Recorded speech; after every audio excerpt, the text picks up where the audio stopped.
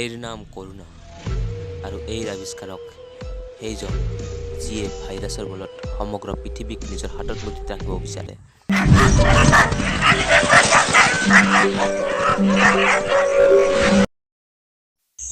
আৰু এইজন হ'ল কাল, কৰোণাৰ আৱিষ্কাৰক।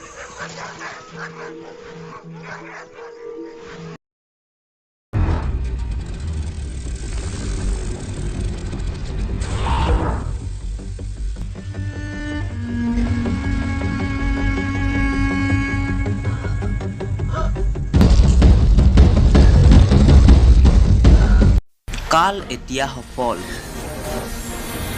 কালৰ চকু এতিয়া সমগ্ৰ পৃথিৱীৰ ওপৰত। এই ভাইৰাছৰ যোগেদি কালে সমগ্ৰ পৃথিৱীত নিজক হাতৰ মুঠিত ৰাখিব বিচাৰে।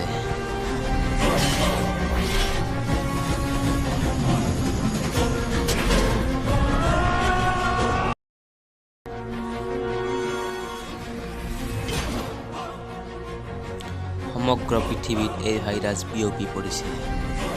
আমেৰিকা, ইটালী সকলো চেছ। এতিয়া আমাৰ নেক্সট টাৰ্গেট হ'ব ইণ্ডিয়া।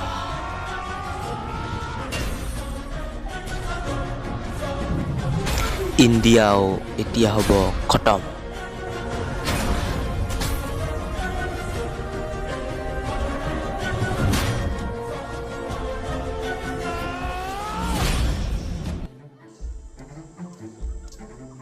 দেখিছেনে মোদীজী, কৰোণাই সমগ্ৰ পৃথিৱীত কি ৰূপ লৈছে?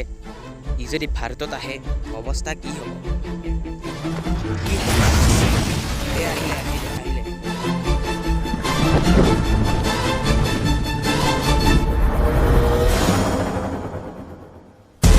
লকডাউন শেষ হ'লেই আহিম মই।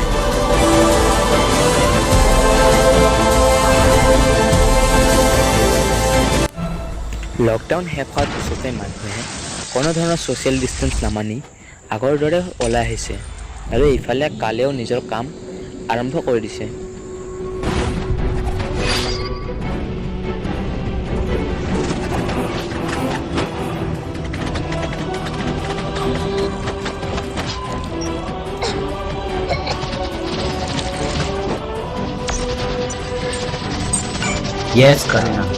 লকডাউন শেষ হোৱাৰ পাছত কোনেও ছ'চিয়েল ডিষ্টেঞ্চ মানা নাই, সকলো ওলাই আহিছে।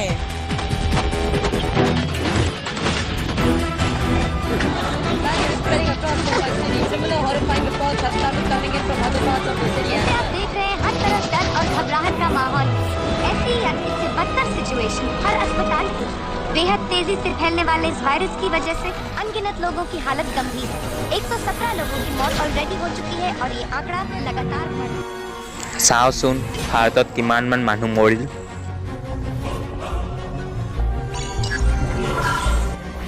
ভাৰতখন এতিয়া শেষ হোৱাৰ পথত। এই লাল ডটবোৰে দেখুৱাই আছে যে ভাৰতত কিমান মানুহ মৰিলে। কোৱাৰেণ্টাইন চেণ্টাৰ তেতিয়া ভাৰতত ৰাখিবলৈ ঠাইয়ে নাই।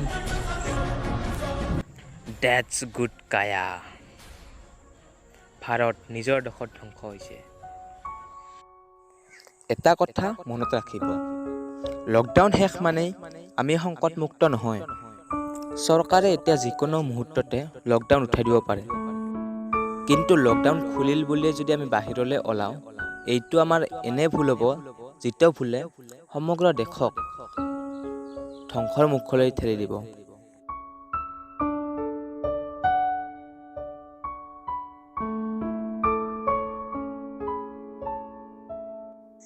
যেতিয়া সকলো ঠিক হ'ব,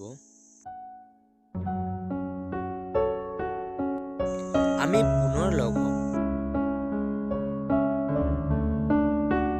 বন্ধুবৰ্গৰ সৈতে কথা পাতিম আৰু মই নিশ্চিত যে তেতিয়া সকলোবোৰ ঠিক হ'ব।